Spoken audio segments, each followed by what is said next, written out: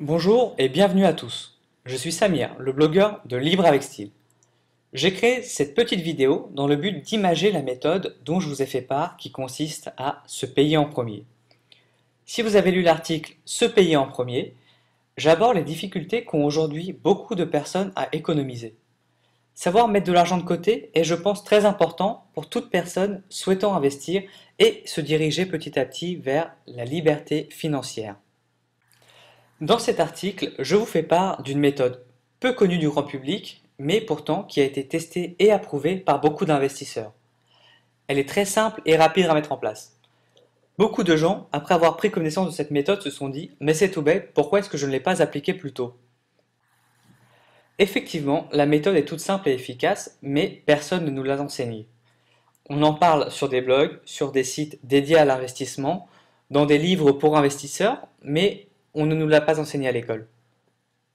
Or, c'est pour moi aujourd'hui la base à connaître pour une bonne gestion de ses finances toute sa vie.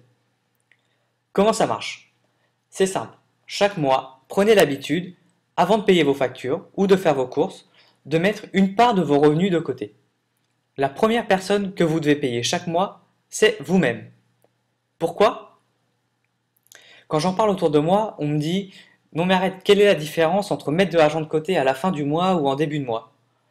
Pour mieux comprendre pourquoi, je vous ai fait un petit schéma tout simple qui retrace le parcours de votre argent chaque mois. On va le regarder ensemble. Ce schéma, je l'ai appelé « mauvaise gestion ». La petite tête jaune avec la clope au bec, il s'agit de votre employeur. Il vous verse un salaire chaque mois, en début de mois généralement. Vous êtes tout content au début. Puis arrivent les premiers frais, ce que j'appelle les frais incompressibles. Ce sont en gros toutes les dépenses dont vous pouvez difficilement vous passer. Dans cette catégorie, j'ai mis le loyer, l'électricité, le téléphone, les divers crédits que vous pouvez avoir, Internet, l'alimentation. Ce sont en règle générale des prélèvements automatiques.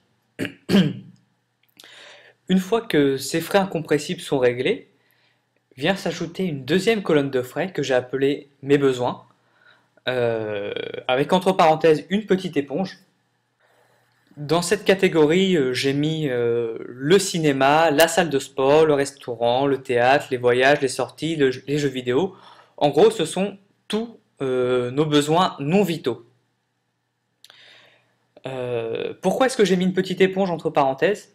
C'est simple, c'est que je me suis aperçu, en tout cas pour moi personnellement, que mes besoins non vitaux avaient tendance à absorber littéralement presque tout l'argent qui me restait après avoir payé mes frais incompressibles.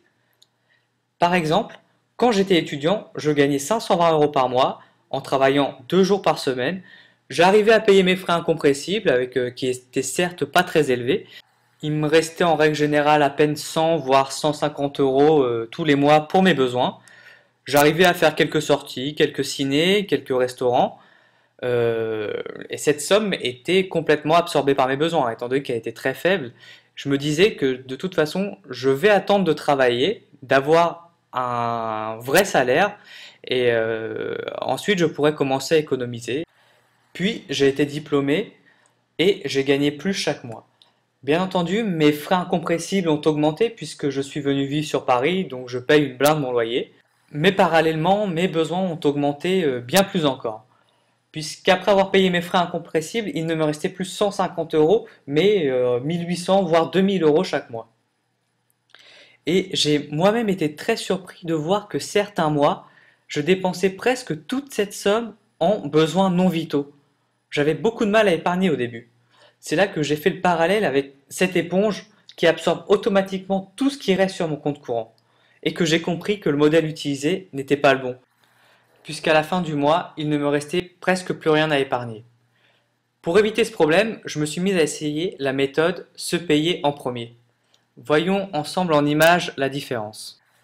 Donc voici le deuxième schéma, dans lequel votre employeur vous verse toujours votre salaire en début de mois, sauf que cette fois-ci, vous prenez l'habitude de mettre une partie de votre salaire de côté. Vous la stockez sur un compte épargne, puis vous paierez vos frais incompressibles et enfin vos besoins. Ces besoins s'ajusteront automatiquement à la somme qu'il reste sur votre compte courant. Si vous commencez à appliquer la méthode en épargnant que 5% de votre salaire, il est même probable que vous ne voyez pas la différence dans votre vie de tous les jours. Pourtant, croyez-moi, cette toute petite somme épargnée pourra un jour jouer un grand rôle dans votre vie. D'une part, il vous permettra de créer un capital que nous verrons bientôt comment investir efficacement pour qu'il génère des revenus. D'autre part, cette habitude vous rendra crédible aux yeux de votre banque et de votre banquier. Votre banquier se dira: cette personne est capable d'épargner de manière régulière, de ce fait c'est une personne fiable, on pourra lui prêter de l'argent, on sait qu'elle nous remboursera. Et croyez-moi, mettre le banquier dans sa poche est un avantage énorme pour tout investisseur. Donc voilà, le principe est simple, faites en sorte de vous payer en premier. Commencez par créer un compte dédié à cette épargne. Déterminez ensuite la somme que vous voulez mettre de côté chaque mois, 5% de votre salaire, 10%, 15%. Je vous conseille de commencer petit par 5%, puis vous pourrez augmenter au fur et à mesure de votre capacité à économiser. Veillez à déplacer cette somme dès qu'elle est disponible, n'attendez surtout pas la fin du mois et ne touchez plus à cet argent. Avec cette habitude, vous allez rapidement vous créer un capital et vous allez devenir crédible aux yeux de votre banquier. Ce capital, nous verrons ensemble très bientôt comment l'investir au mieux pour qu'il génère des sources de revenus automatiques et ensemble nous progresserons vers l'indépendance financière. Dans une prochaine vidéo, je vais également vous faire la démonstration d'un petit outil très efficace qui me permet en 15 minutes par mois de classer automatiquement toutes mes dépenses mensuelles par catégorie et de faire la chasse aux dépenses les moins utiles.